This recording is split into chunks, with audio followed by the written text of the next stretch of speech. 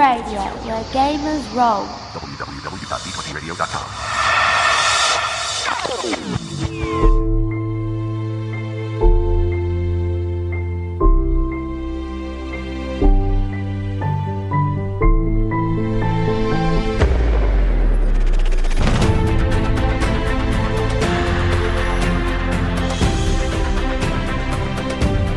Hello Gamer Nation and welcome to the Dice Wheel podcast covering everything that you've ever wanted to know about how to run and play in the Genesis role-playing game by Fantasy Flight Games.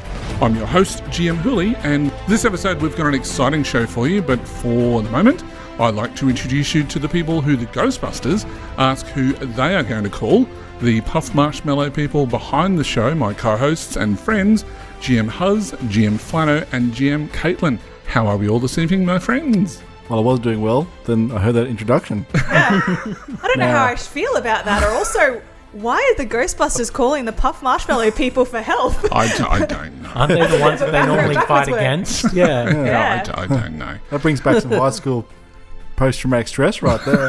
Right. Okay. And also hunger pains, interestingly enough. Fair enough then. Anyway, sorry, I've just got Ghostbusters on the mind, but we'll get into that later on. All right, so... Wait, you're going to call? You guys, apparently.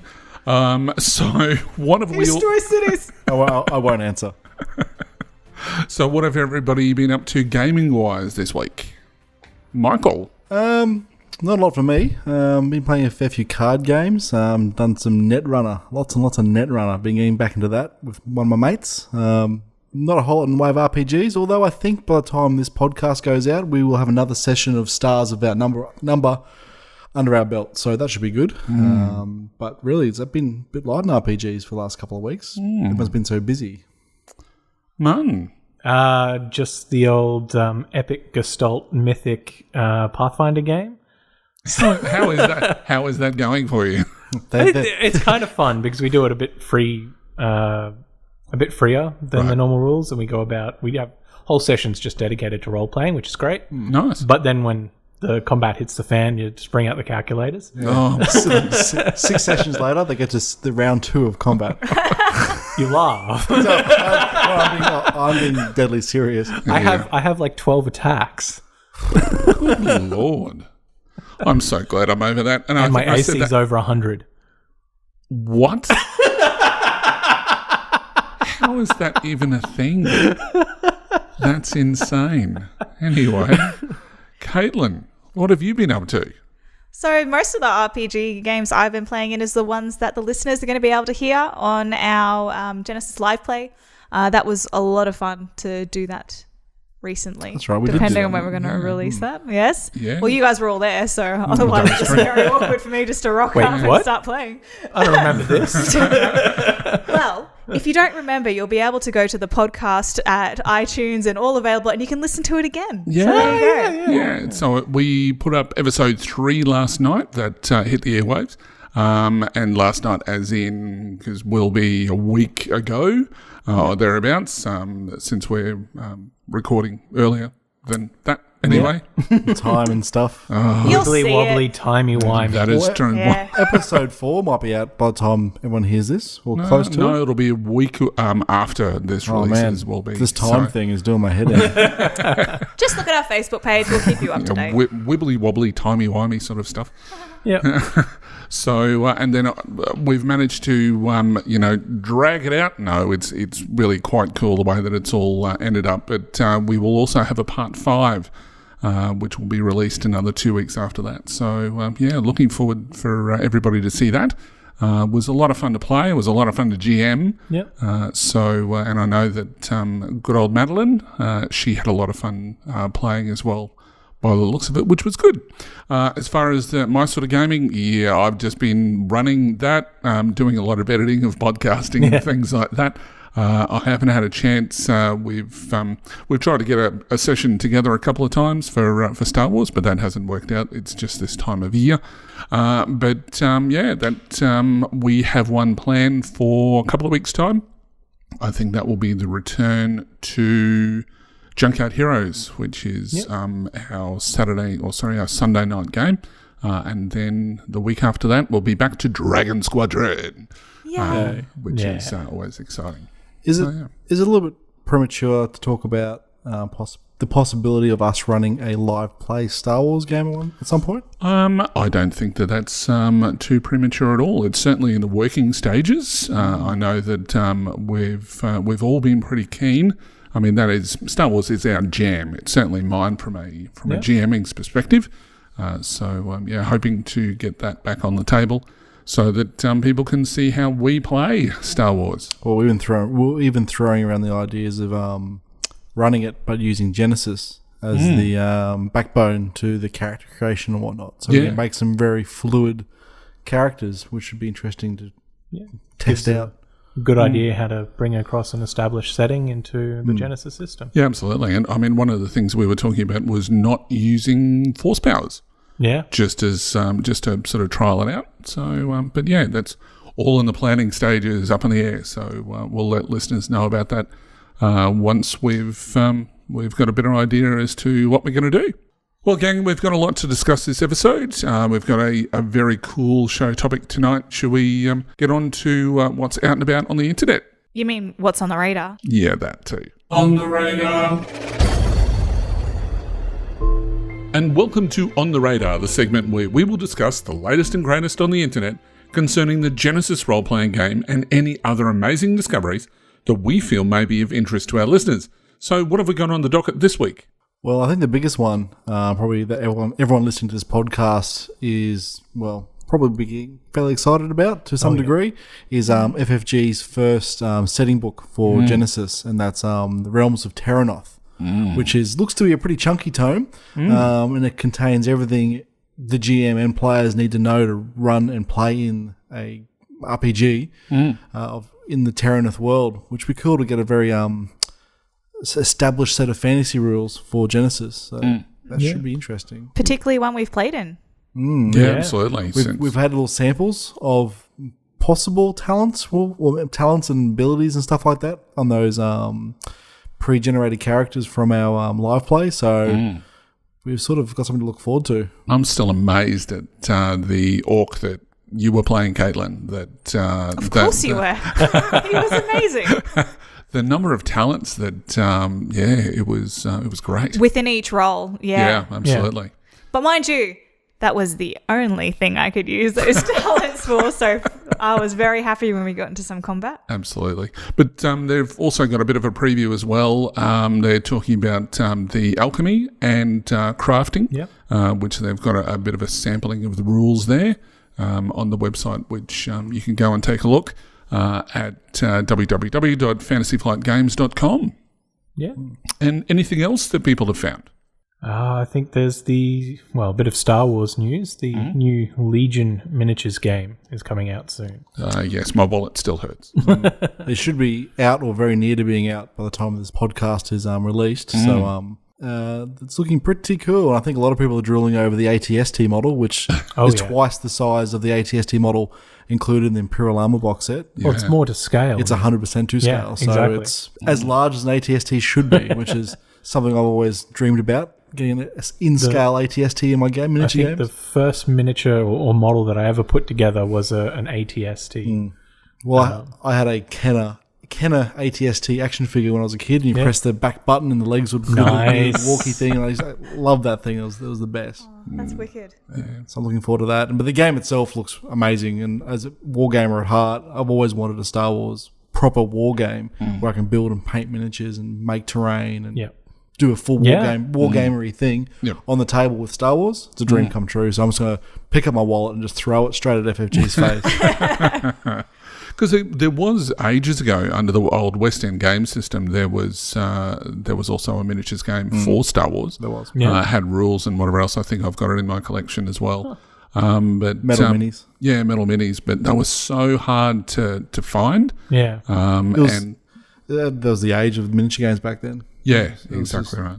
I remember seeing it for sale in a few dusty gaming stores when I was younger, but it was rare as hen's teeth, and there was never really. That's why I never saw it. Yeah. There was never really a community for it in Australia anyway. No, it was never a big game, that's for sure. I think I just used the miniatures for the Star Wars role playing game. I actually picked up a couple of miniatures from that game in a game store a year or so back. Yep. They're old yellowed blisters. Haven't been opened. I paid like $2 each for them. Wow. I got a Rhodian and a Rebel Scout or something like that really? with a sniper rifle. That's cool. Yeah. That's nice, yeah. Also, right now on the Diceball Podcast Facebook page, you can download the Genesis Sci-Fi Armory by our resident gaming expert, our very own GM Huz. Can I just say, Michael, it is absolutely insanely good. Thank you. Yeah, it's pretty good. Spent a fair few hours on that. Writing it just in big chunks, and also, I will admit it, alt-tabbing between rounds of Rainbow Six, and getting inspiration straight from the source as I wrote the rules, which was pretty cool. Yeah. But that's intended to be a bit of a living document. Yep. Because as of RPGs, it's hard to play test everything. So basically, I've written it with a pretty good balance level, I feel, across a lot of the things. Yep. Like I've used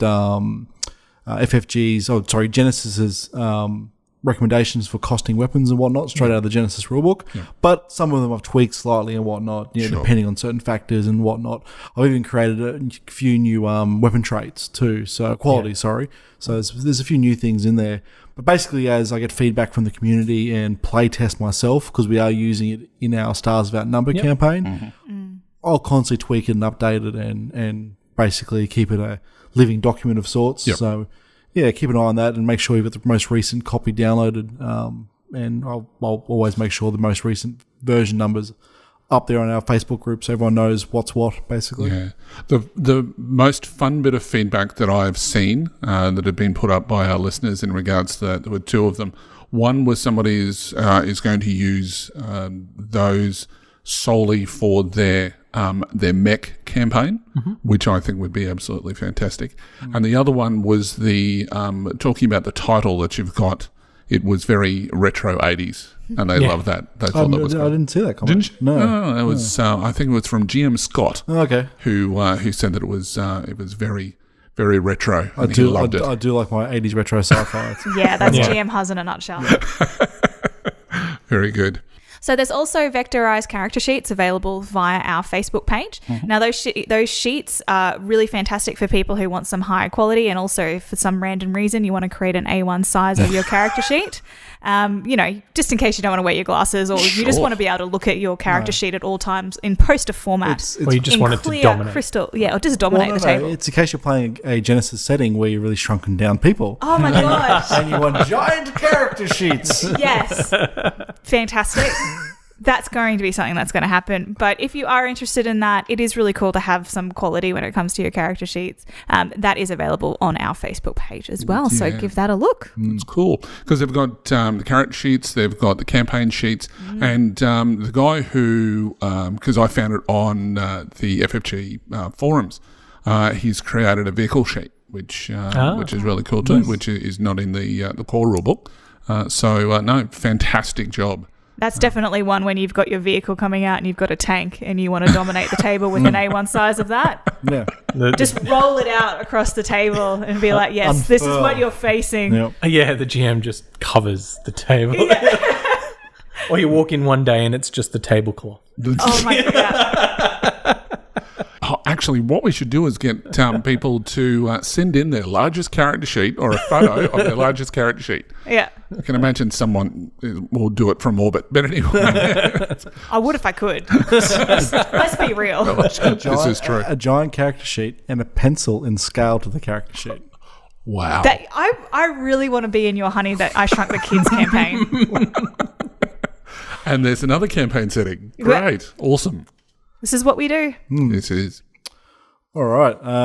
So if you have found something interesting on the internet, or you created something of yourself, setting or some other useful tool that others could find useful, don't be afraid to let us know. Either get in contact with us via our Facebook page, or I think it's probably the easiest way of doing it.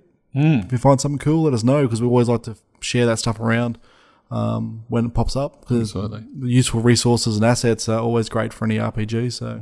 And you can find us on Facebook and Twitter by searching @Diceball Podcast. You can also visit us on the website at www.thediceballpodcast.com. You can also send us your questions to info@thediceballpodcast.com. So should we get on to our show topic? Do you mean Core of the Show? Yes. Core of the Show. So welcome to Korah the Show, the segment where we take a deep dive into the topic concerning the Genesis role-playing game and, of course, gaming in general. This episode, we're talking about the conceptual side of character creation. Now, this was part of our Session 0 that we mentioned 2 episodes ago, but it's a vital part of the process in creating your campaign. As this show topic was inspired by a question from one of our listeners named Chad, Mike, would you like to read out Chad's question? Yeah, I can do that. So Chad asks, for character creation at the start of a campaign, what's your process? E.g., do you prefer to develop your characters and then work them into the story, wait until the world and theme is fleshed out, and make one organically with the help of the other players, or something else? Okay, so before we get too far into the topic, let's turn to our sacred text, which we can use as our guide in using this system. Sister Caitlin, what does the good book say? The Genesis Rulebook on page 32 states the following. The section that follows provides the rules for creating a character, both as they exist as a person and as they interact with the game mechanics. The central core of the idea for your character, however, must come from you. You need to start out with the seed of a concept for a character that fits into the game you're going to play. At the earlier stages of character creation, you, your fellow players, and your game master should have a detailed discussion about the types of characters to create.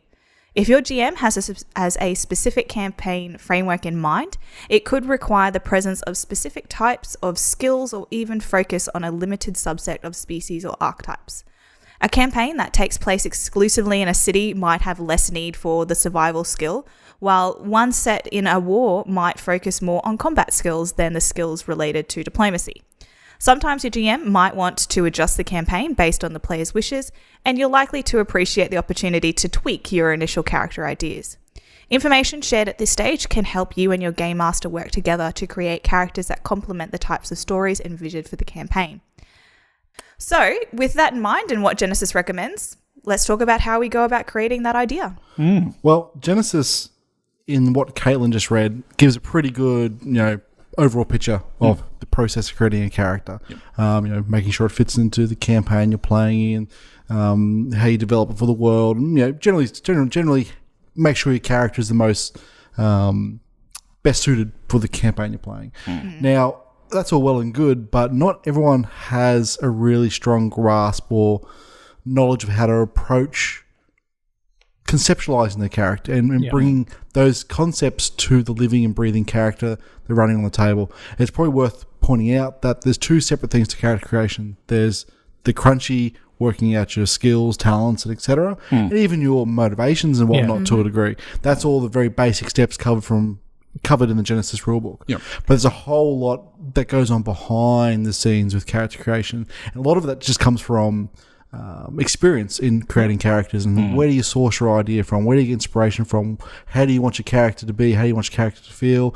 How do you want others to see your character, etc., etc., etc. And this really does go on. So I guess we're trying to fill in the gaps between what am I looking for? Fill in the blanks that isn't necessarily covered in the rule. It's also something that everyone's got to keep in mind, that it is a different process for every player at the table.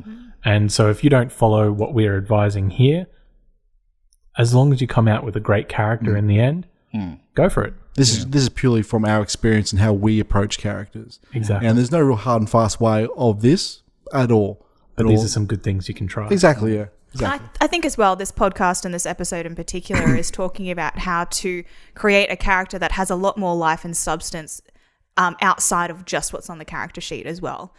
Going through this process and some of the things that we recommend can really give life and blood to the characters that you could potentially be playing for one session to multiple sessions for years on end. Absolutely. So it can give that kind of character journey as well, just by taking some initial steps in the beginning. Because I think that it's important to let the listeners know that tonight's sort of discussion is going to be more about the whole concept of your character. We're not going to touch on the hard and fast rules, the crunch side of things when it comes to creating a character using the Genesis system or any system really. This is sort of more of a generic version of what to do, how to blend your characters all together as a group, to make a cohesive group at the table and make the experience enjoyable for everyone. Which is one of the most important things, I think, considerations when making your character. Yeah, absolutely. It's working with everyone. And it says that. Yep. Yeah. And it doesn't actually have to be player characters as well. This could be something that your GM will go through to create their NPCs or their villains or, you know, the people that you interact as PC players as well, because they can have just as rich a background that is impacted by the narrative and the story and the actions of the players through gameplay as well. Yeah. Well, that's probably one of the things that that I have as far as a limiting factor for me is I haven't created all that many characters for the RPGs. For Star Wars or for Genesis. I think that Caitlin's game that you ran for Star Wars was probably the first character I've actually played as a player in a game. And then I had one for Michael, and then obviously for Stars Without Numbers, I've had my first Genesis one. But I've always mainly been in the GM chair. So I'm going to get a lot out of this discussion as well, I think. So, yeah. So, Michael, would you like to lead the discussion as to where to start this process? Well, because there's not really there's no real firm rules or guidelines to this as such, we've sort of broken down the category into a few talking points. I guess the best way to start it. Yeah. So first up, I guess the first thing you need to tackle when you're looking at building a character for a campaign, either that be with a group of players you've played with long-term for a long time, or even a new group of players. And that's the first thing to approach is where your skills as a player lie. If you're a fairly novice player, you may not necessarily want to take on the role of the party's face character, because that does require a lot of social interaction with NPCs, GM, and even the other players. So if you're new to the group, or even a new player, you may decide to take a bit of a backseat and play a bit of a support character, or a character that might even grow into more of a prominent character. Then again, not saying if you're a new player you can't play a face character, but measure where your confidence is at. And I guess we all come at that from different angles. So I know. I guess we talk about that briefly for a moment. Well, I mean, you can sometimes step outside of your comfort zone, your skills as a player, in order to develop that. If you've got the right group to support you in your goals as a player, and so it's something to look at is who you're playing with. Exactly. Because this episode's going to dovetail nicely into I think I mentioned before the session 0 side of things, where you're all sitting down working out what sort of characters that you're going to want to play within a campaign. Yeah. So I think that it's important to keep that in mind when you're designing a character. So yeah.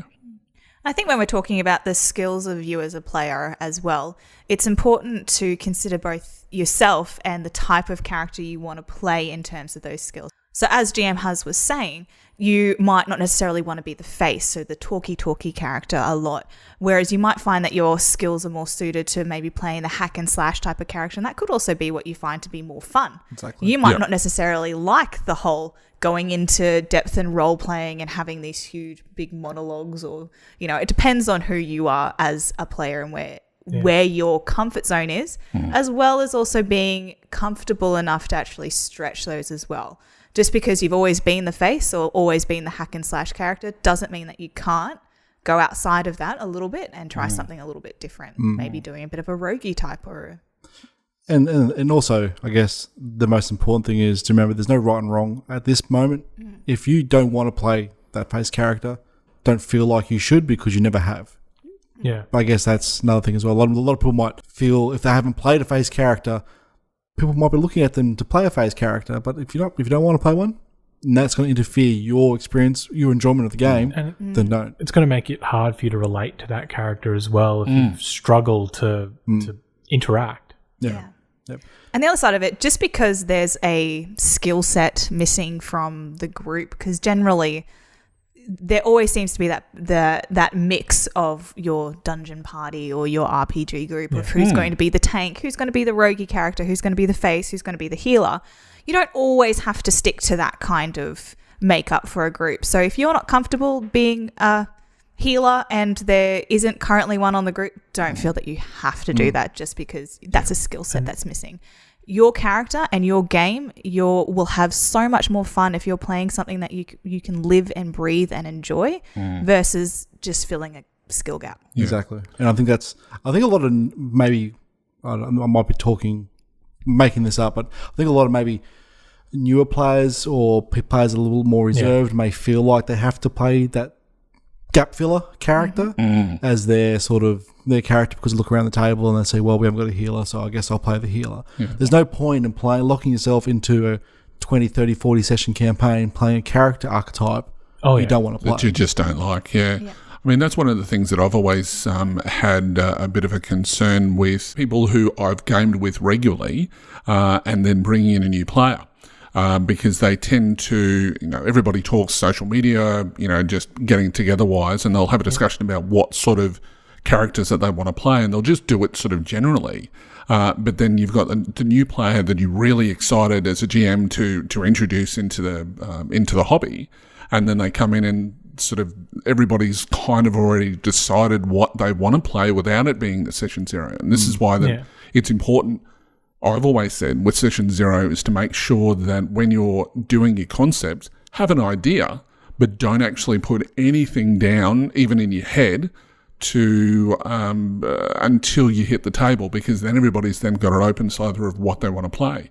And this new player may have had heaps of gaming experience, but they've come from overseas or they've come from interstate or whatever else, and they really love face characters. And if you've already got somebody that's already, taken that face character role, that can make things a little bit awkward. And they may not want to play the technician who's the spare character which has been left over. And I think as well, being a GM is looking at the types of skill sets your players have as well as the characters that they're playing and playing to those strengths in the game. So just say, for example, you do happen to have two face characters. Having opportunities for both of those characters to have their characters in the spotlight is on the GM to also give those opportunities through gameplay. So don't shy away from that as well, because the GM can support having multiple people in there and making the campaign fit around the strengths of the characters. And there is always a way around having a gap, like a skill gap in a party. Like if you use Star Wars as an example, if you don't have a face, a party can always buy a C-3PO. That's true. That is true. And thermal detonators are a fantastic negotiation tool, I've always thought. There are ways. And I guess another interesting way to look at it is if you are that player who's coming in to a group like GM Hooley just mentioned that already has a phase character and you really want to play a phase character, you could maybe try and step out of your comfort zone or what you're confident with playing normally. Don't look at it saying, I don't want to play the heavy gun. Play the heavy gun, but bring the charismatic things you would normally bring to a face character to that heavy gun and see what you can come up with. Yeah, sure, you might necessarily have the raw skill output that a face character may have, but in narrative role-playing, you could be the wisecracking gunman. Yeah. And that in itself is a very cool character. And it creates so many opportunities for role play, especially when you sidle up to that big negotiation and everything goes sideways and you go, well, time to bring out the big gun. Aggressive negotiation. Because I think that's one thing with Genesis that, yes, it does provide archetypes, but with the choice of 8 skills, effectively you could have your gun-toting negotiator, that will work quite well. Is negotiator the name of his gun? Yes. Yeah. Oh, hell yes. Yes. Man, yes. That's cool. And I think that's probably, as James Hooley says, it's the point of difference of Genesis as an RPG that you can have a mixed character that's good at both aspects, whilst in games like more traditional D&D style games, your fighter isn't necessarily going to be great at social stuff, and that's purely how the game's structured and mechanically built. The other side of it is the game is built to have different degrees of each of those skills. So say, for example, you have a social character. Your social character might be the fun, bubbly person that gets everyone to like them, or on the reverse, it's the really, really scary one that no one wants to mess with because they're so intimidating. Same thing with your guns. You could have ranged heavy or you could have light. All of those different types of concepts essentially are still the same character, but they are both ends of that spectrum and can really change the way that the campaign works, even though you're technically in the same archetype. It comes down to how you choose to cast a light on the character. Exactly, yeah. So be flexible with that. But in saying that, that's diving well ahead to what we wanted to talk about. Yeah. But keeping within the comfort zone and where your skills lie as a player, I think that's a pretty good sort of general discussion of it. Yeah, it sort of goes all. It's all over the place in a way, but that's how this discussion's going to be, I think. All right. So as far as when you're sitting down to work out what sort of character that you want to play, you want to come up with some sort of idea. You may not necessarily have, seen how this particular character could act or whatever else. So one of the things that we're suggesting is obviously character inspirations, using examples from movies, books, TV shows, comics, art, your own dreams, or something like that as well. Any other adventures that you've even had in the real world, I guess. This is generally where I go first. Every time. I can't even start to put pen to paper until I've got in my head what this character is going to look like. Yep. So I'll go on to like Pinterest or something and find a character picture. Yep. And I've got a board full of character concepts that I want to play at some point. I think we've all got folders full of character concepts. I do. Like I've got one for every genre. Yeah. Sci-fi, fantasy, just filled with character concepts. Yeah. And that's the first thing I'll do. Yeah, absolutely. And, if you're talented enough, you can obviously, draw up your own character. Only. I know that the person next to me certainly does. That's Michael. You definitely have the skills in the art department. Well, that's true, but drawing is assuming you know what the inspiration is going to be. Start off with. True. But if you've got an idea in your head, then drawing it and putting physical form to it, even for yourself, could be the final brick that finalizes that house concept. The house, the concept you have, and you go, okay, this is what I want to play. Yeah. I find I draw inspirations just generally. I have so many different characters in my head that I would love to play just based on things that I've seen, books that I've read, pictures that I found. And I have all these different ideas of what I would love to play or the essence of a character that I'd like to play. But when I find out the setting, that's when it really embeds the type of inspiration that I'm going to be drawing from in order to create my characters. So Ready Player One, I use that pretty heavily in one of my campaigns in creating a slicer type gamer character for one of Michael's Star Wars campaigns. And I amalgamated Ready Player One with a few other characters that I've seen from other hacker type movies, and Neo getting his message in the morning from someone, and that was going to be my character. Essentially, was the person smart enough to hack the system, but it was just pure.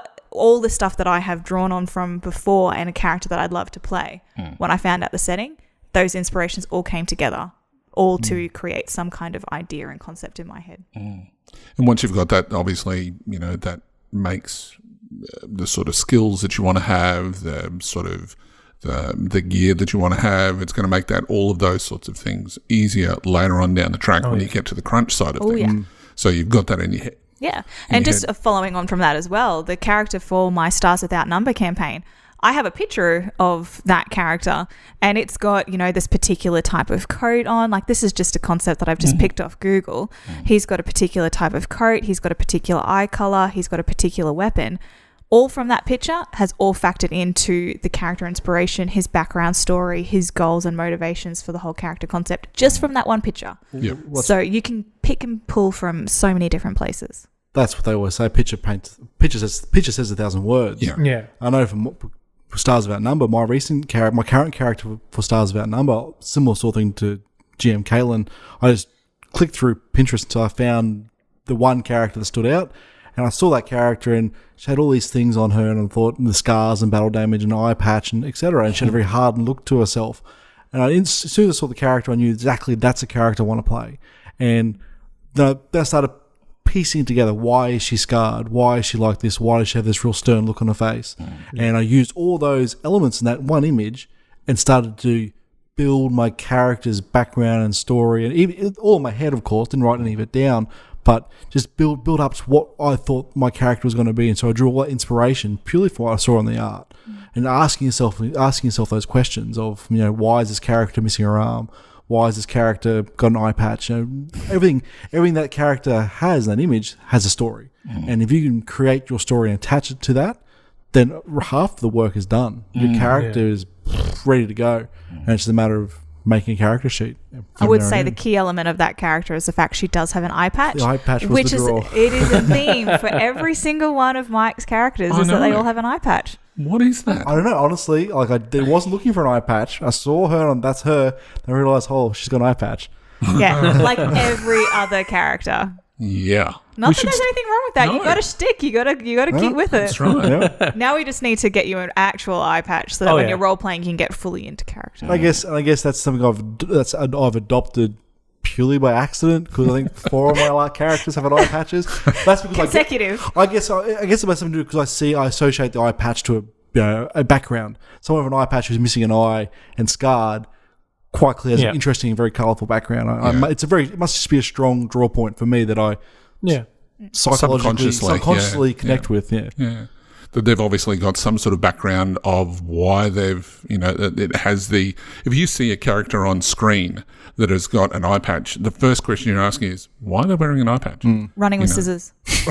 Running with... That's all it is. See, it's as easy as that. You can come up with a character background and story just by saying whatever first thing comes to your mind. The most badass in history, fought in many wars and things. And then just one day after he's retired, he was running with scissors. Yeah.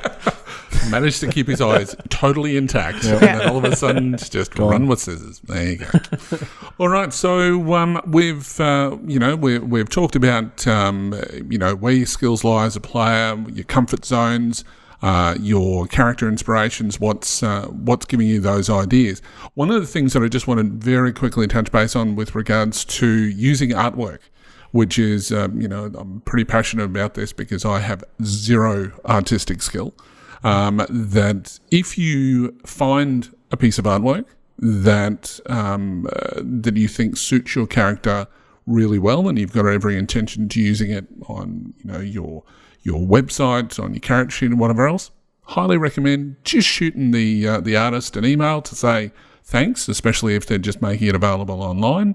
To say thanks very much for the inspiration, and I'm sure that they'll probably get a bit of a kick out of that as well. One really good place to get character inspiration from, which is something that I do a lot, is when you are putting pen to paper, there's a lot of good questions posed by the Genesis core book, especially when you're looking at things like motivations. Yep. I know when I put together my Doctor character for Stars Without Number, it really solidified to me who he was when I sat down and I figured out that he was driven by curiosity. And things like this, and then I started to develop stories as to why he's like that, and all of that sort of thing. Like it does go through it, so it does help if you pay attention to that as you go along, and it'll help flesh out that character. You can really fill in the blanks that you might not necessarily answer for yourself, and you go, okay, this is why this person's like this. Cool. Yeah, and that helps you, pushes you in a direction of how to play that character. Which is really cool. So one of the other game that comes to mind is Legend of the Five Rings, which is also, the beta is out for FFG. That's got the whole 20 questions. And I mean, that was the case well before FFG had the license anyway. But it's done really well. But the stuff that are in the beta, it looks really good as far as, fleshing out your character. And you do that as a group. I think that's another sort of way to get inspiration as well as to how you want your character to go. Yeah, so even if you don't get into those other settings or whatnot, these questions are definitely something to pull from. I agree. Cool. So I guess the next part, the next question to ask is, where does your character fit into the story? I know that with Stars Without Number that we play, there's a bit of a triangulation of, how your characters fit all together. That's one of the things I think Fiasco does the same sort of thing. where the person to your left and the person to your right, there has to be a connection between both of the characters. Via a separate NPC as well, which creates this whole universe of people that you can interact with and that contribute to your character's identity as well, which I think is really, really cool. And I really loved how he did that as part of that session 0. Yeah, 3 degrees of separation, I believe that's called. Is that actually 3 degrees of Kevin Bacon? 3 degrees. I would highly recommend spending hours on that playing on Google, which is available. So is that 3 degrees of triangulation or whatever it's called? Separation. Is that actually in like Stars Without Numbers, the original game? That derives from another game system, which name escapes my head, but it's from a developer called Gumshoe. Okay. If I recall correctly, don't quote me on that, but I know Josh, the GM of Stars Without Number, he's very big into dipping into other game systems and drawing social building stuff and injecting it into his current games. So I think he got that from Gumshoe. Right. I have to look that up. It's great. It was, and when we were talking about our Session 0 podcast, we were talking about how to make the players connect with each other as well as the campaign and the characters that they have. And it was a really fantastic way to create these NPCs, but the connections with the characters, like why are you traveling together? Yep. How did you find out about each other? All these types of questions that can give you inspiration for who you want to be in this universe, but also provides connection. And I think that's really, really important at the get-go for your character. Yeah, after we did that during Session 0, I think all of us had a fairly good connection with each other before we even started Session 1, which is very, very strong. Because that was something that we mentioned, I think, when we were talking about Session 0, is you've got to make sure that your characters are all fitting together. And I think I used the example from my own Star Wars campaign where I had 2 groups effectively that weren't connected. They were connected by a job as such. Where 2 of the characters were asking for transport off world, and that degenerated unfortunately because those connections weren't there straight away. We had to kind of manufacture those during the campaign, where one of the characters, I think was the pilot, ended up being the brother of the Jedi character. So you can manufacture those sort of things, but it's better to have that right from the start, that there's connections between those, between each of the characters. Or there may not necessarily be connections between all of them, but certainly between, so that there's this hashwork crisscross between all the characters. The way we did it, there was never actually not everyone knew everyone. It was everyone knew each other essentially through 3 degrees of separation. And that was enough to really bond our characters. I think we also sort of sketched out some plots for our characters that are sitting in the background. We don't know how they're going to play out. But one of them bridges my character and GM Huzz's character quite well, and it's going to be great to see how that works into the story. But our characters have no idea about this at this point. Yeah. Well, another perfect example of this connection was between my character and your character, Jim Hurley. Yep. You're playing quite a young engineer, like 15 or something like that? 14, 15, You're playing a 15-year-old engineer who's, is fairly, how would you describe your character? You would probably classify him as very naive. He's very much doesn't belong in this sort of environment. I mean, he's a spoiled kid that has come from fairly good upbringing and has managed to find himself in a place that he doesn't belong at all. He's definitely a fish out of water when it comes to being on a freelancer ship. Yeah. And the freelancer ship, which my character owns, and she's a gruff ex-military captain. And why would she employ this little young guy who's completely out of place on her ship? It's because his uncle, I believe, was who she bought the ship from. Yeah. And that connection was created via the bond system and the 3 degrees of separation. And that immediately gave us a reason as to why your character be on my ship. And we developed that and let that grow. And it's really, really good. Yeah. Because if you start looking at sort of character connections, probably the best example from media, as far as when you're talking about an ensemble cast, would be Firefly. So each of the characters have connections in some way, shape or form, and they're not necessarily good ones. No. But it's enough to bind them together. You know, I look at the connection between Jane and Mal. Yep. You know, they really can't stand each other, and Jane constantly is trying to get Mal take over the ship. Exactly right. So it is funny how much we use Firefly as a reference, and it's not because we're giant fans, but we all like Firefly. Well, speak for yourself. It's not just. It's not just because we're fans. It is because it's a perfect example of a role playing group. Of characters. That's right. It's you can look no further. And if anyone's listening who hasn't watched Firefly, stop now, go watch Firefly, and then come back. Yeah. Exactly. But before you do that, rethink your life, and then come back and talk to us. It's only 13 episodes. Too soon? Why do you got to do this again? Do you want to make a girl cry on the podcast? I'm sorry. I will bring up the mood by saying Disney has bought Fox. Yeah, true. And Fox is owned by Firefly. Fox owns Firefly, so... Yes. I'm always hesitant because, like, if they go back to it, it's never going to be the same. Don't do this to me, Martin. I can't handle this emotional roller coaster of Firefly coming back and maybe not, and what it'll be like. All right. But in terms of, as well, looking at letting your character fit in, it's very common in games to have players drop out and players to drop in at various stages of the campaign. That also makes it a little bit difficult when you're looking at characters, but it doesn't have to be. Looking at how your character can fit in narratively, using that degrees of separation that we were talking about as well, or looking at the character connections to what the narrative has taken place so far, could be a really good way of introducing new characters versus the standard way of, you know, picking them up in a tavern, or actually this character has always been here and we're just going to throw them into the narrative as if they've just been the background character all along. That can be a really cool way, plus add a lot to the narrative, and just thinking about how that character fits into the universe, and as well as how they come about getting to know these people. Great. All right, so that kind of brings us to the next point of being flexible.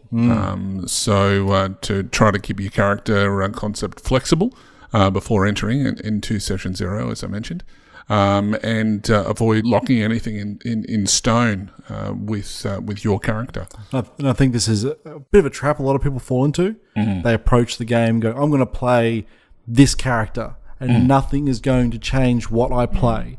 And even the narrative. Exactly. Because this be flexible rule could take place throughout the whole campaign. What absolutely happens can completely change how your character views the world, how it views the other characters, how it views itself. And this is, once again, another thing that Genesis does really well, because in Star Wars, you're locked to a specialization. You know, you've got a tree of things to pull from. But in Genesis, you can go anywhere. You can go anywhere. Yeah, absolutely. It's interesting because you can, with Genesis especially, you can be flexible with your crunchy bit of your character too, like the rules and you can progression let that and whatnot. reflect. Yeah. But I think another a good part is be flexible with your character and who they are. And don't necessarily think you have to play this one type of character from even before session 0. Because then you might just put yourself in a pretty bad spot long term. And be flexible with your GM. Understand that they want a story just as much as you have a character that you want to play. And if you have a character concept that might not necessarily work in the world that the campaign is being set in, be flexible enough to kind of go, well, here's the key elements of the character that I really, really love and want to keep, and work with your GM or even work with your other players if you have to, in order to bring what it is you love about that character into the setting that works with the narrative or works with the campaign or works with the setting. I think a perfect example is the paladin in the D&D group. There's playing the lawful good paladin is great, but if you look at the other players in the group and they're all fairly shady, immediately that character is going to clash with everyone on the table. It's going to cause problems. Exactly. In the game and potentially out of the game too. And the last thing you want... Exactly. The last thing you want is play... The curse of the paladin. Exactly. The last thing you want is players arguing in and out of the game. Because one character wants to do this and etc. It happens all the time, and I've been in games where it's happened. I'm sure you guys have as well. Talking about bleed's a whole nother episode. Yeah, no, that's true. It is. But that's a strong part about being flexible. Absolutely. If you want to play that paladin type, still, you used to want to play paladin, but you look around, you see your character's a shady bunch of people. Ask yourself, all right, I'm going to play this paladin, but he's not quite going to be the super holy shining paladin. So how can you adapt that paladin to the group? Yeah. That might make an even more interesting character. A paladin who isn't perfect, who is constantly being judged by his deities. He's not the shining light of perfection that he wants to be. Playing a broken character can be very, very interesting. Yeah. And this is where I think the communication with your GM about those sorts of concept is key, because, there's nothing worse than, I think, playing a paladin, and I play a paladin a lot when I play D&D, that when you have worked out that that's what the sort of character that you want to play, and you want to fit in with the sort of the shadier group, that you tell the GM that you want to play this sort of, almost a failed paladin or someone who's having a crisis of faith, but you don't want to constantly have to go, am I going to lose my powers, this week? Let the GM know that that's what you want to do, so the GM doesn't, hit you over the back of the head with a lawful good stick. And that's very all much the time. And that's very much D&D terms. And I think of Genesis, it can be a lot more flexible in terms of powers and deities and whatnot. Yeah, absolutely. The crunch allows for it. Exactly. You've been a bad paladin this week. Well, guess what? Have a couple of setback dice to your divinity checks. That is Simple true. as that. That is true. And that's perfect. Yeah, that's right. And having a chat with your other players around the table as well, because perhaps your character is the paladin and it's their goal with having all the shady characters around that they want to try and improve their status. They want to convert them. I mean, what kind of paladin who has beliefs in a deity doesn't want to do that? Yeah. But having that conversation is, if that's what you want to do and everyone thinks that's a really cool concept, the character interactions between the players themselves as well, have that, like we've spoken about this in the session 0, having an upfront discussion about what you're comfortable with in the session pertaining to your character and your character inspirations and what you will get out of it. That's important. So you can't say, you can be free to do what you want, but have the conversation so that people know where the boundaries are. Exactly. Yep. So you don't overstep them. Yeah. To be this amazing character that you have as well. Yeah. Because the other thing as well is you can go into, as far as like the overall concept, just talking about that generally is, if you've got 4 players if you've got a 5-player game and you've got 4 players who want to play that shady sort of character, and then you've got the 1 player who wants to play this paladin, what a great concept of a story as an overarching sort of question as to where is the halfway point. So if you've got the almost your evil characters type thing, and then you've got the paladin, is there a halfway point? And that can drive the theme of an entire campaign. Yeah. So, yeah. And I guess also don't be afraid of letting that that conflict of personality or faith or whatever it might be. It could make it for a really good story, as you're just saying, GM Hooley. Don't feel like your character, you're again going to the paladin for an example. Don't feel like your paladin has to go pure good or pure bad. Your character might become divine, pure good, lawful good, and the other party members might not. Yep. Then you can step back and say, all right, my character might necessarily fit to this party anymore. Let's write him out. Let's write him out of the story. Yep. But do it in such an eventful narrative way that's a part of the story, and people remember that and build upon that. Or adjust it, because, deities can be a little bit fuzzy on kneecaps. Exactly. Well, that's true. That's true. Well, I have a perfect example. I was playing in a D&D game not too long ago with Josh Bruce, and I was playing a holy soldier who was trying to be lawful good, but he was addicted to a narcotic, which was constantly his crutch. He was always trying to speak to his deity. And in the party he was with was becoming more and more corrupt. And he was trying to steer away from that. He could see himself being led down this dark path. So it got to a point where essentially many sessions went by, and it came down to a boiling point where my character could choose to become divine or choose to become evil, but in doing so, not necessarily evil, but not good enough to be a paladin. He had to make the choice, either turning left or turning right. Yep. And one of those choices would write him out of the game. And I took the writing him out of the game because I felt it was the most impactful to the story.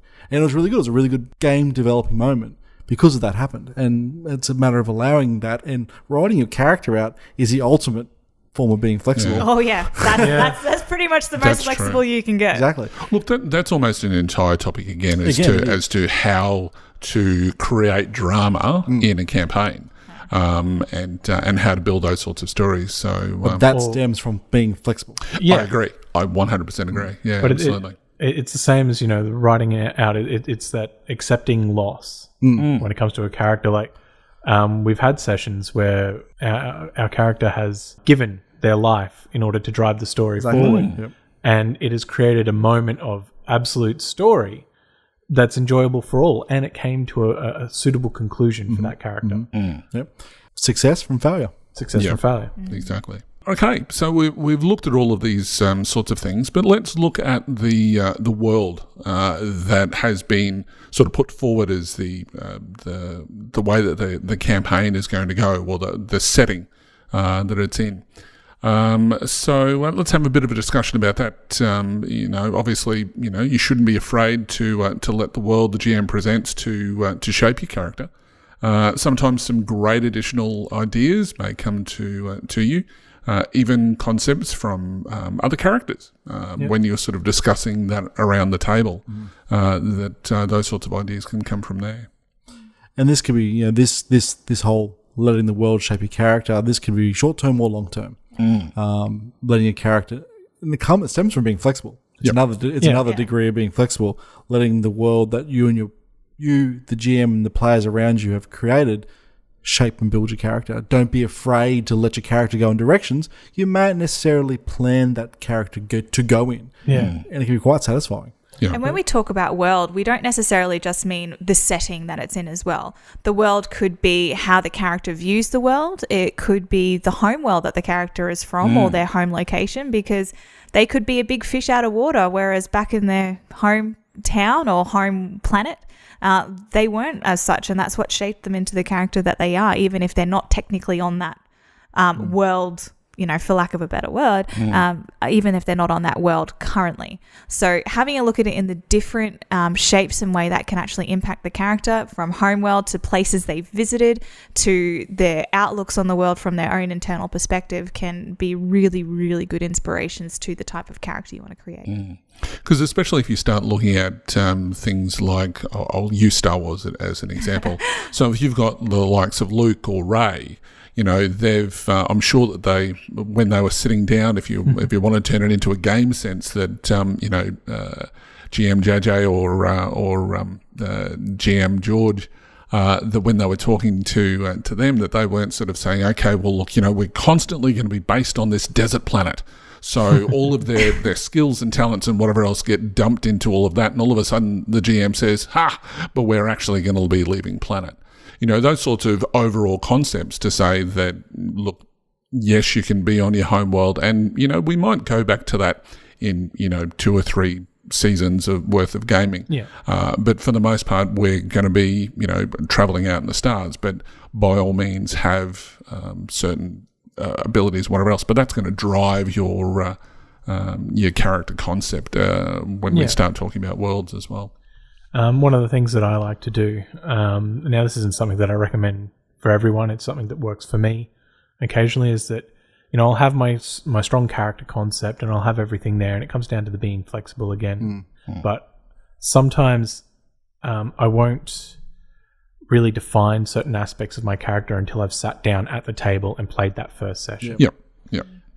Things like accent for my character. How they talk, how they act. Are they timid? Are they outgoing? It sort of falls into place when I'm sitting at the table with other people to bounce off. Because until you have that interaction, it's sort of hard, or for me anyway, to lock these things down. Yep. Being flexible, figuring out where they fit around the table. Yep. And letting that just sort of flow is really important as well. I'm very similar. Like when I have a new character, I have broad strokes ideas. I have, obviously the previous steps in the character creation of what my character is going to be, but I finalise nothing until I start playing, get a few sessions in, then see what's going on around me, in in terms of other players, the campaign, the story that's being told, and I shape my character to better fit that. Yeah. And I find by being fluid in that way, you can really come up with a character you might necessarily plan for. Yep. But It's going to be so much more enjoyable. it's so much more enjoyable, exactly, because your character fits perfectly. Yeah. It's, wait to see what the shape of the block is before going into it, because Because, it doesn't need to be set in stone before you even start playing. Nothing's been seen on screen yet. No. That's exactly I'm right. the exact opposite with that.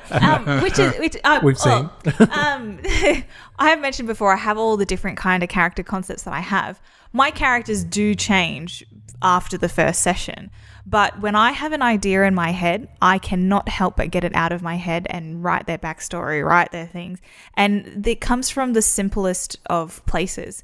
In terms of looking at letting the world shape your character, it was with the Stars Without Number campaign. It was one simple question that Josh asked me because we had already talked about who was going to be a type of psychic character, and I put my hand up for it because I thought it would be a bit of a challenge and something interesting. But he said to me that in this world, if you are in this universe, if you're going to be a psychic, generally they have a mentor or some way of learning how to use their abilities. So how did you learn your abilities?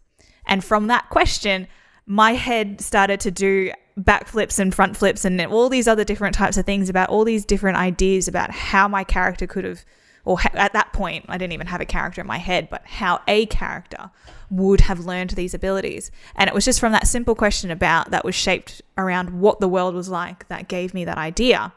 And I had fleshed out my character a little bit about the backstory, but going into the session 0, I have no problem changing anything about my character's background. Sure, I might have had this whole novel written about it, but that's just as much for me in getting it out of my head than anything else. But having that written down for me in my head and having it, I can get that out of my head and start focusing on some other things is just how my brain processes. But I tend to come with a little bit more of a background to my character, because the other side of how I like to play is I like to have a interesting character to start off with. Maybe actually, no, I'm not going to say interesting, because a lot of my characters kind of start out a little bit boring. And I love the narrative to change how my character grows and develops over time and shapes them into who they're going to be at the end. So I don't come in with any preconceptions that my character is going to stay the exact same as when I very first started it, from session 0 to session 1 to session 90. But there are people that do that. I do. That is very true. But even though I have it written down and in my head and what I like and what I think is cool, I'm more than happy to change that as it goes and as it flows. I'm just very different in terms of having things organized and written down for me. Basically, it's a mental thing, how you approach it. Like me and Martin do it in different ways, and you do it in your own way, and that's fine. As long as it works for you, then there's no hard and fast rule to this. No, not at all. And I know that from speaking to you guys from the GM's perspective, as far as when you've been coming up with character concept, I know GM Huz, you've mentioned that you sort of just like a bit of a paragraph of a story, and then it's not until you start to play the character that you get a bit of a feel as to what they are. And I think we mentioned this in one of the other episodes. We talked about where at the end with my Star Wars campaigns, that you can write a bit of a story as to at the end of it, and I'll give you a reroll for the next session. That if you've written up a story of what's happened, your visualization, the what's actually occurred from your character's perspective, or as Caitlin often does, she'll go and take an element of what's happened in the story, but then expand how that relates to something in her backstory. And she'll go on to a fairly lengthy sort of process, and it's great on how that all works. So that's another way that you can do it. You don't have to go into a campaign with 7 pages of history. And I've seen that done. And it's...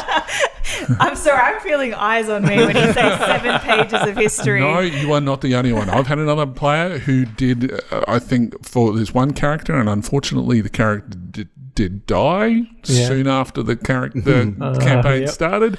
That Ultimate form of being flexible, letting the character die in session 0. It was 10 pages of character backgrounds. So Oh, well, now I have to up my game from the sound of it. Well, Challenge accepted. There's nothing wrong with that. No. But there is something wrong with that if you take that character into your game and stick to that like it's a gospel. yeah, exactly. If you're willing to be flexible and adapt what you've written, because the only person that background's going to affect is you. And if you want to change a little bit of that, Yep. guess what? No one's going to notice. No, It's your that's character. So if something you've written doesn't quite fit because, 4 5 sessions later you realise, okay, my character's not quite the character I visualised from the start, Yeah. I guess I'll just change that paragraph Look, over here. it's Who's not gonna as though know? the campaign police are going to come knocking on your door Exactly. and start arresting you and go, sorry, you can't change that on page 47.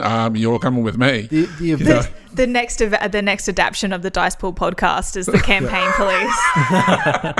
the events that happen to your character off camera 10, 20 years before the session starts is less important than where your character's going. Yeah. Yeah. It's What just adding has- meat to the bones. Or what has happened in game. Exactly. Because the stuff in game is the real rich content, and that's the stuff that everyone at the table remembers. Because I guarantee most people at a table aren't going to remember the 6 pages you've written, but what they're going to remember is the massive session arcs you've had together. That's the stuff that's the shared memory they've had with you. Exactly. You see, you say that, but if you just recall a few seconds ago, Ian spoke about a character who had 10 pages, so it does get remembered. It does. I'm just playing. It's completely. It's a shared memories is what counts in an RPG, not so much the every detail of your background of your character. But there's nothing wrong with writing a big background to your character because a lot of people that's how they like GM Caitlin. That's how they source inspiration for their character. And I think a lot of GMs also draw story ideas. Exactly, it's great for campaign that. ideas Very as rich. well from that. It's a rich mine for a GM. Absolutely. To dive into. But also thinking when we're talking about the world in which the character is sitting in, if you're looking at, say, something like Star Wars, where all the worlds are incredibly different. So that'll shape your character. You look at Solonians, of course, who doesn't love space otters, but their home world versus when they're traveling outside the home world can be a character story right there. Or if you are looking more specifically to the setting can give you a bit more of an idea if you're looking at that world context about the type of character that you can play. Like if you're going to be playing a medieval session, medieval themed session, do you really want to try and argue with your GM to bring in a mech? I mean, I know I would, but whether or not that actually fits narratively as well. So those settings and those worlds and those concepts can be a really good idea to draw your inspiration from the type of characters. Because especially if you've got things like even, just to touch base on the whole superheroes side of things, you may have especially one with campaigns that may be set in the modern world. You've still got different cultures that the characters can come from. So, you've got your Black Panthers from, Wakanda. You've got Thor from, the Norse gods and stuff like that. So you certainly can draw fish out of water sort of stuff that, how would this character fit in this sort of modern world area when they've come from, a tribal thing or from the Arctic or wherever. We're going to have to do a superheroes versus medieval mechs now, right? Oh, yeah. Right. Yes. Yes. Are they medieval mechs? Yes. They're made of chainmail. Okay. Exactly, yes. I can dig it. And that's another character concept. We should start keeping a list, I think. All right. So, okay. So where else can we get inspiration for? Well, we've mentioned backstory a fair bit by talking about large backstories and whatnot. It's probably a good place to pick up on is the backstory of your character. And I guess we've covered that a fair bit so far. But I guess to continue what we were saying before, writing large background or keeping background short, it's very dependent on your style, I guess. Yeah. One of the things we're as the GMs are actually participating in a creative writing course. So shout out to Keith and Maggie for that.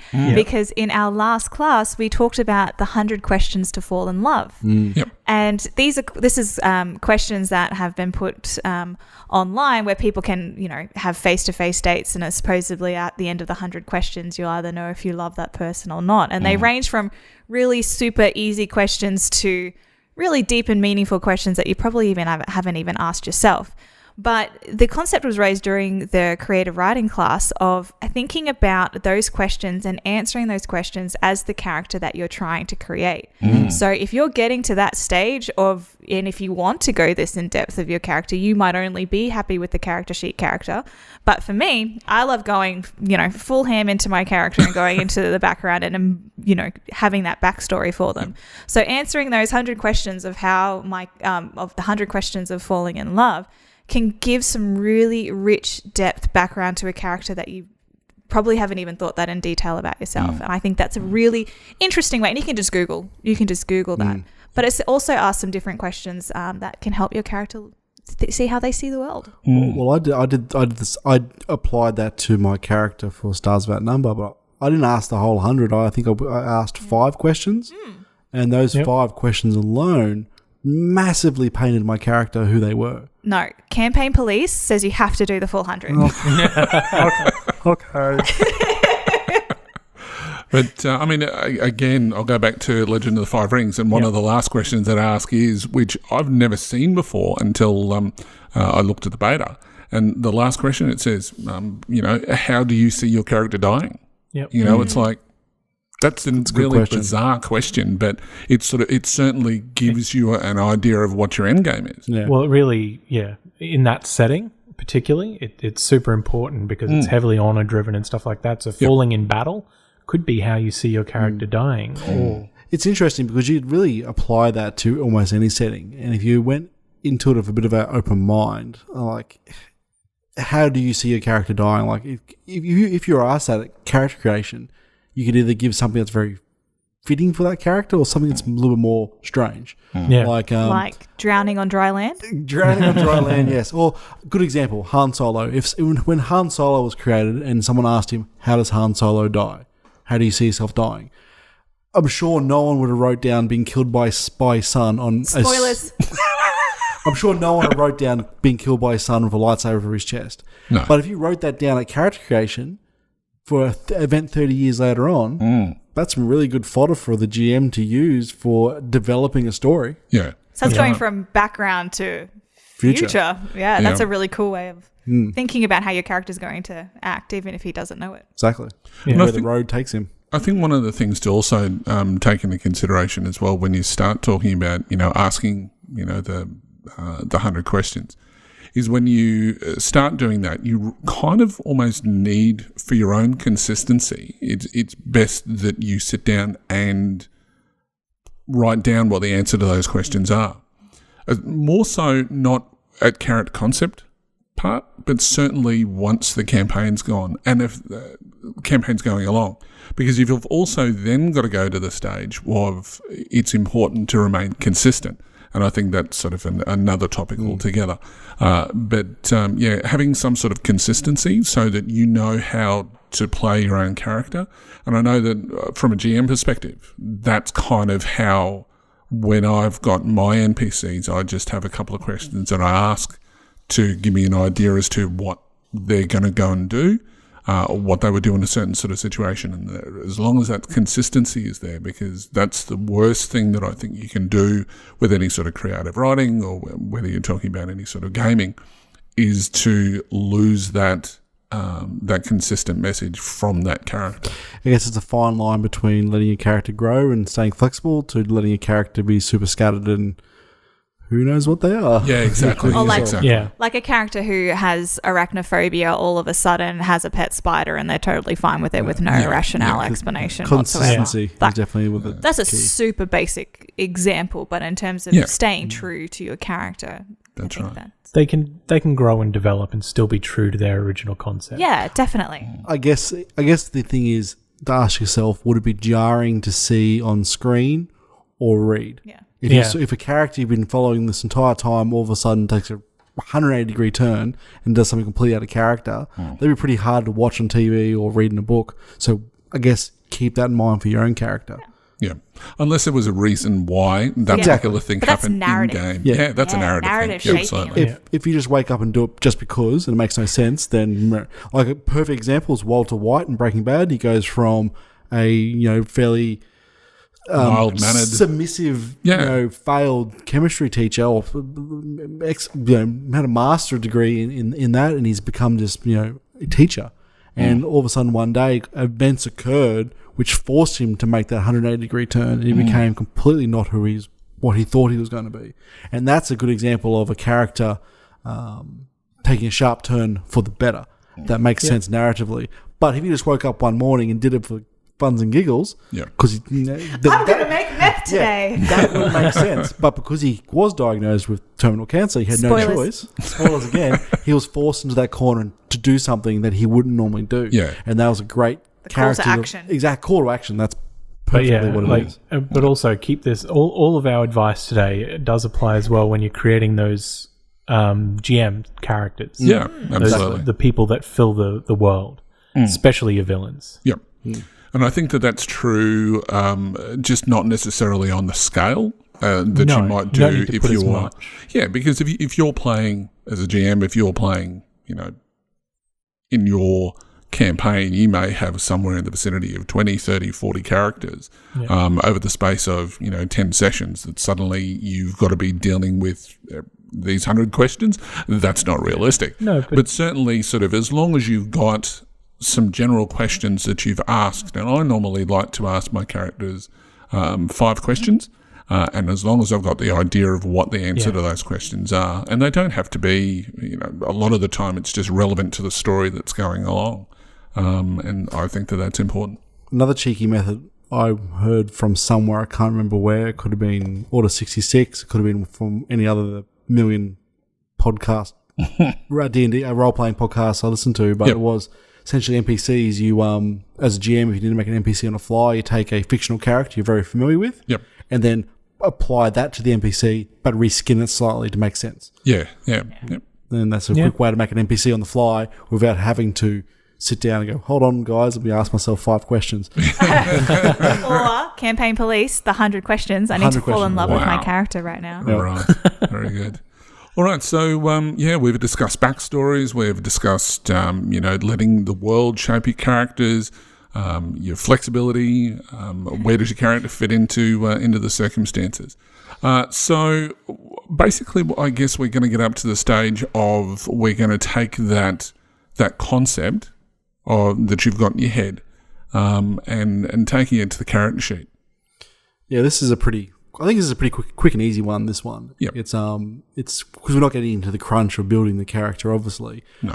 I guess the important thing is to keep in mind is you might necessarily be able to transfer that exact concept you have in mind to your character sheet, because you do have limitations of XP and skills and talents and whatnot. Yeah. However, you can use that concept you have again as guidance as to where your character goes in terms of spending XP. Yeah, absolutely. But having a character background as well can give you an idea about the types of skills and talents that would come naturally to them versus a different type of character as well. So as we mentioned before, we're going to have a whole other episode where we're going to talk about the crunch and creating the characters and using the talents. Yep. But when we were talking before about having the backstory, having all of essentially the meat on the skeleton that is the character that we've created, becomes a lot easier to pick and choose what narratively and intuitively makes sense for the type of character that you're creating using that Genesis system. Okay, so finally though,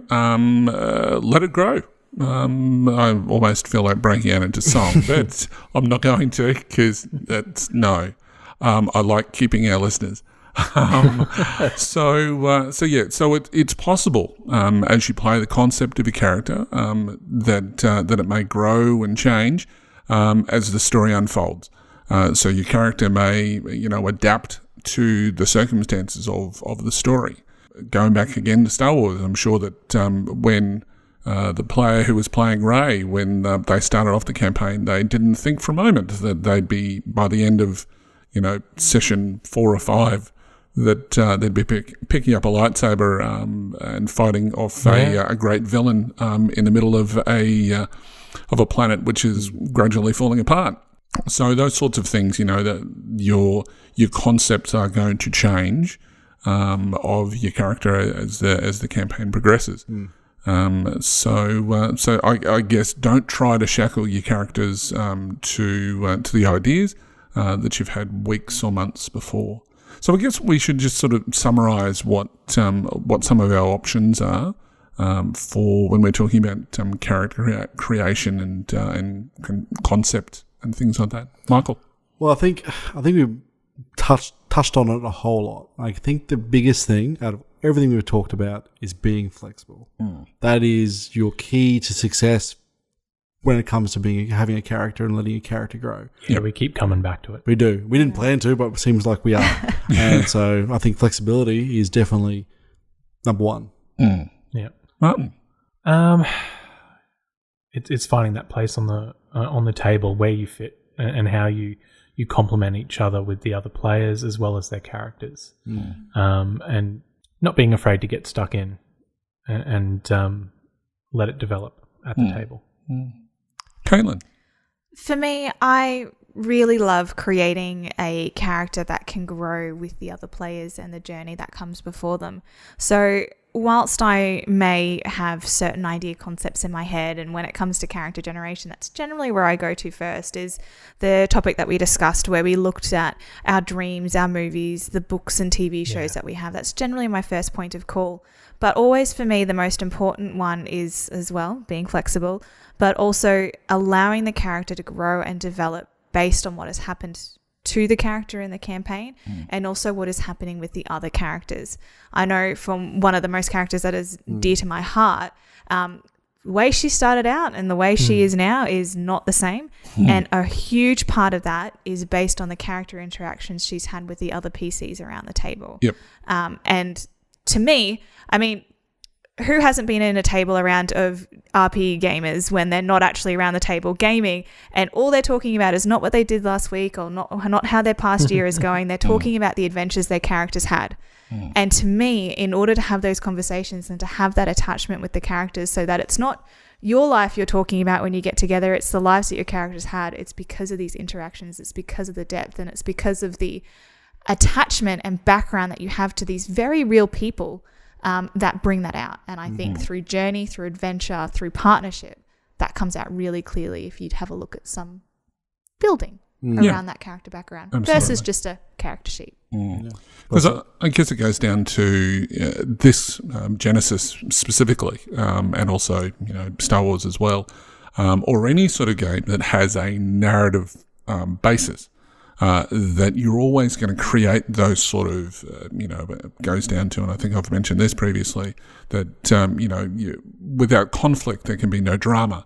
And you've got to remember those dramatic situations. And if you've got a really solid character that is going to be able to be linked in with all of the other players, as well as being linked into the story, you're going to have a lot more, you're going to be able to visualize the scenes a lot better. So it's going to help gameplay. You're going to be able to interact with each other in a role-playing sense to create that sort of drama. You're going to know how your character is going to react when dealing with the rebel senator or dealing with the lord of the castle that you've got to go and talk to. Lord Farquaad. Or whatever have you. That's what makes the campaign great, I think. Absolutely. Yeah. And if you do all this, invest in your own character, invest in the story, and invest in the other characters. If you do that, if you invest in the other characters around you as much as you do the story, guess what? You're never going to have a boring moment in the game. No. Even when it's not your character spotlight, you're going to still sit there and absorb yourself into what every other character on the table is doing. Because guess what? What they do will affect your character. Yep. So it's all constantly involving you, even when it's not involving you. So every dice roll another character makes, you're going to be leaning over the dice pool going, oh, what are these results? Because ultimately their story affects your story. And when that's happening, you have a perfectly oiled playing group of characters. Great. Yeah. I think that the best example that I can think of for that was in one of the campaigns that and I've mentioned this before as well, that all of the characters, they'd managed to swindle a hut, and they had to convince him of this story that they've concocted. So there was the main face character in the story, and he was doing all the talking. But then everybody else knew what their character's strengths and weaknesses were. And so they were able to go, okay, well, if I do this, can I add an extra boost die? Or if I do this, will that enable the check to be, slightly different? Can I bring in this particular talent? And so it had this group sort of dynamic, and then it obviously ended up with, a dice roll. And as GM Huz says, when that dice roll gets made, everybody stood up. I've never seen it before. This was sort of very early in my campaign sort of history of the Star Wars roleplay. Is everybody got up and sort of looked at the numbers, and I mean, ultimately, when you start talking about 5 red dice and whatever else, then everybody goes, "Oh my God, how's it going to end?" And it ended up with a success, and so the whole table sort of erupted. And I don't think, I know. Mike, you've mentioned this before, that I don't think I've ever experienced that with any sort of other role-playing game ever. And I mean, I've been GMing for 30-odd years or more. Look, it happens, but it happens a whole lot more. Yeah, in this sort of system. That's for sure. Agreed. A whole lot more. Yeah. Your investment pays back tenfold. Agreed. Yeah. Agreed. And it's not just one person making a roll. The whole table is invested in this. All right.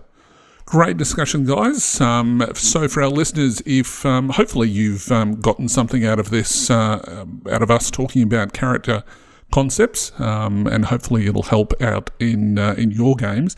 If you've got a show topic that you'd like us to talk about, let us know via social media, whether it be Twitter, whether it be Facebook, or send us an email, or visit us on the web and go from there. So at this stage, we're not going to do a behind the screens for this week. I think that we've taken up a lot of time with that fairly meaty discussion on character concepts and things like that.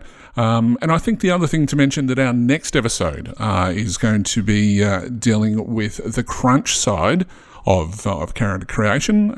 So if you've got any questions about the crunch side of things, let us know. Send us an email or post up on social media, and we'll see if we can incorporate it into the overall mechanical discussion of character creation next episode.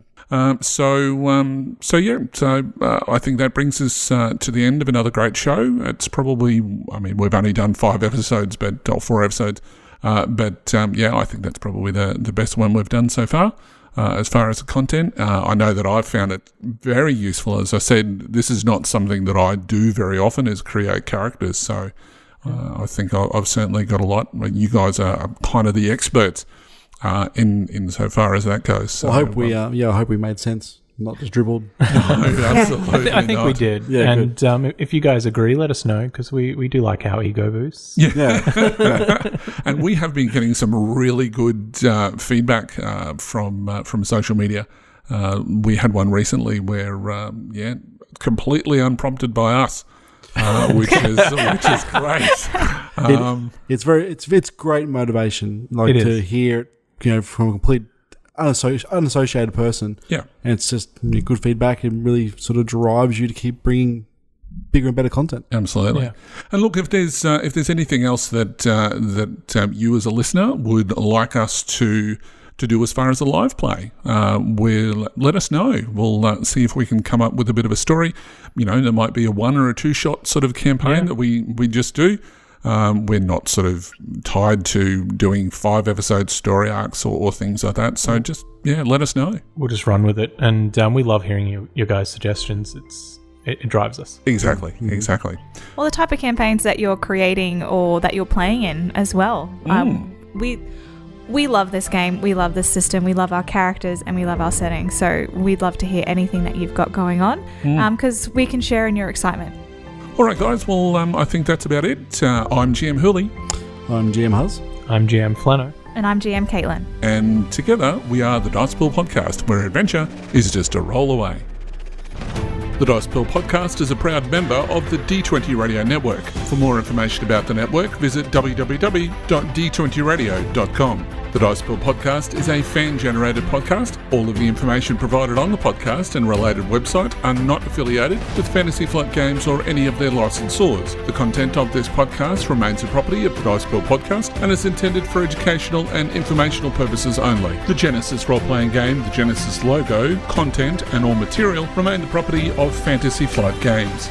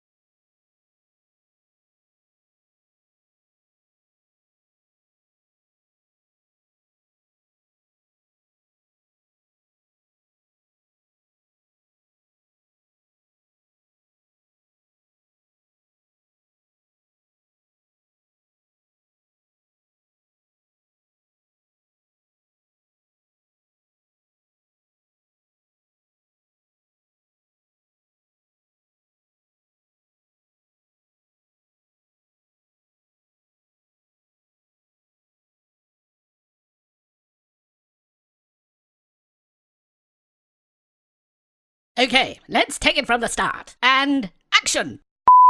You can also visit... You can also visit us on the... You can also visit us on the web at www.thedicepool.com. You can also visit us on the website... God. Why can't I say this? You can also visit us on the website at... What the hell? It must be funny.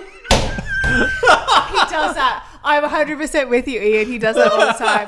It's just to psych us out. You can also visit us on the website at www. I told you hadn't That was 100% Michael. down yet. That was 100% you. I'm sorry. That was I Michael. thought about laughing.